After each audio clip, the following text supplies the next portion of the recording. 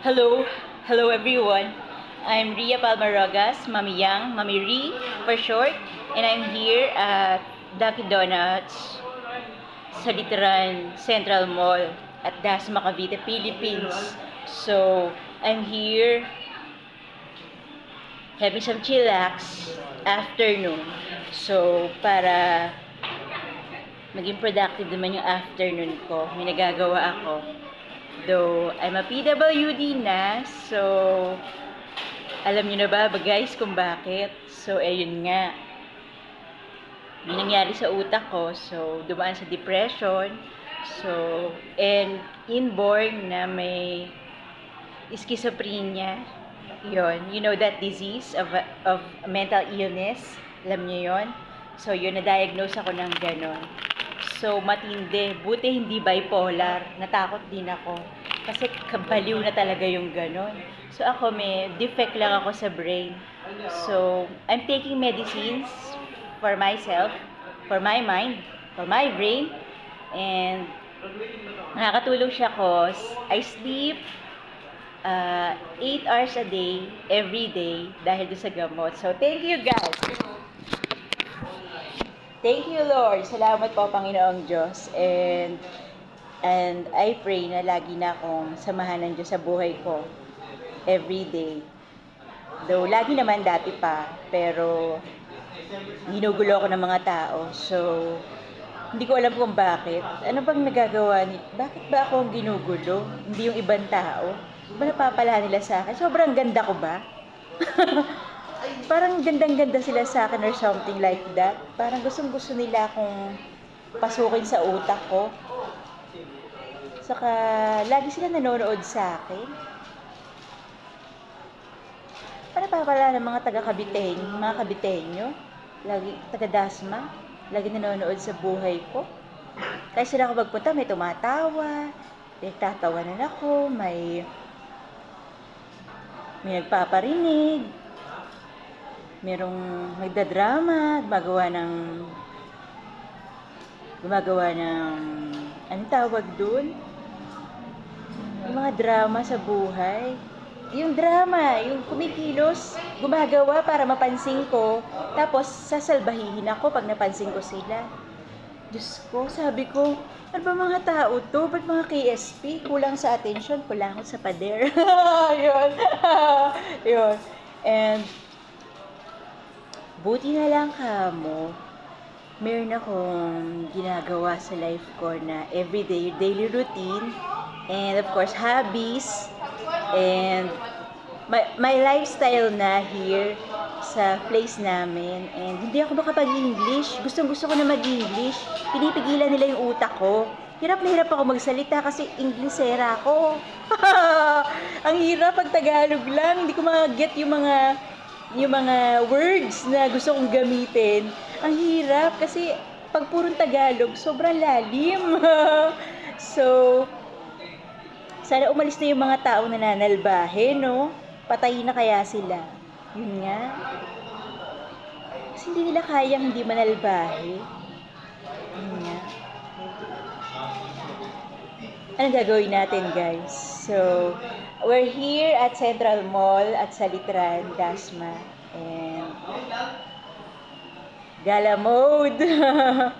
And medyo may konting money. Shop. Kala nila ang money, kailangan libo-libo, milyon-milyon para makapag-shop. Kahit barya-barya, ang sarap! Thank you, Lord! And, buti nakaalis ako ng bahay ko, sinasalbahay ako ng mga kapitbahay ko doon. And, hindi sila natitigil. Papansin sila ng papansin sa akin. Diyos ko, nasawa na ako sa kanila.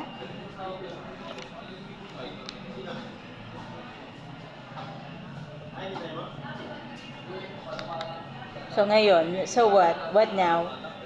Ang gagawin natin? Munta nga pala ako sa church namin sa taas, sa 3rd floor, sa CCF. So, sarado. Monday and Thursday lang ang bukas for appointment sa pastor. Pero pag Thursday and Sunday, yon nandito ako. So,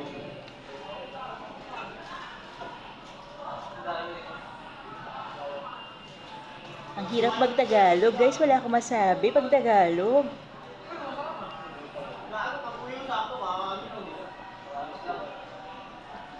Tuloy, hindi masarapan yung mga taong nanonood sa akin. Lahat naman, buong mundo, nanonood sa akin, hindi masarapan kasi ayaw akong pag-English ng kuya ko. Napasok niya yung utak ko lagi para hindi ako makapag-English. Hindi nasasarapan yung mga nanonood sa akin. Ayun, kawawa. Lang.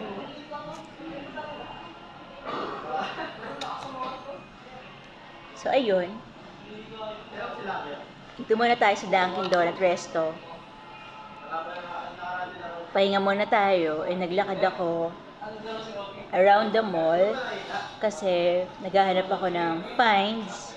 Wala akong makita. And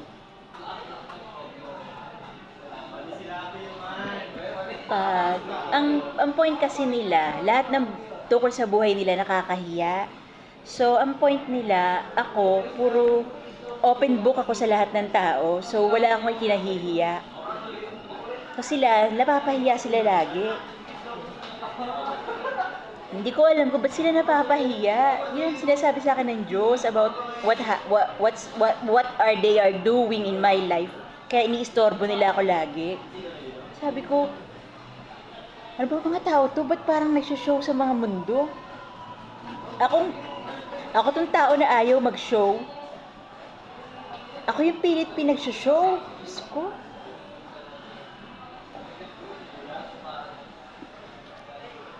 Yung mga takaw atensyon na yan, dapat yan na nagsho-show. Yan ang pinanonood dapat nila. Kaso walang ganda. Hindi sila matuwa. Walang beauty. Yun. Yun. Kaya yun, sisiksikan sila sa akin. Ako kasi pinakamagandang babae sa buong mundo. Pagkatapos ng nanay ko, ako na. Yun. So kung nakikita nyo guys na hindi maganda yung physicality ko, visual ko sa screen ng inyong cellphones, computers, gadgets, kasi pinapapangit ako ni kuya. So para hindi makakuha ng atensyon sa ibang tao yung itsura ko. So, para magkaroon ako ng private life kahit pa paano. Wala akong private life, guys. Open book. For everybody to watch. Kahit saan, sa CR, sa bahay, sa kwarto, kusina, sa labas, outside our home. Meron akong makausap. Busy lahat ng friends ko in their lives, in their own. Lahat ng buhay nila. So, wala na akong, hindi ko masabi, ano ba? Ba't di ako makapagsalita? Ang tanong, ba't nakikinig sila sa akin? Hindi naman ako nakikipag-usap sa kanila.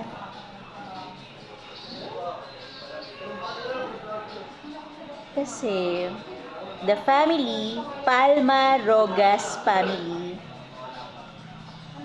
pinagkakalipun-punan ng mga tao around the world. Yun. So, pilit sinisira ang buhay. Yun. Kasi kinaiinggitan. Alam niyo na kung bakit. Tingnan niyo ako magsalita. Makakainggit, di ba? Yun. Yun.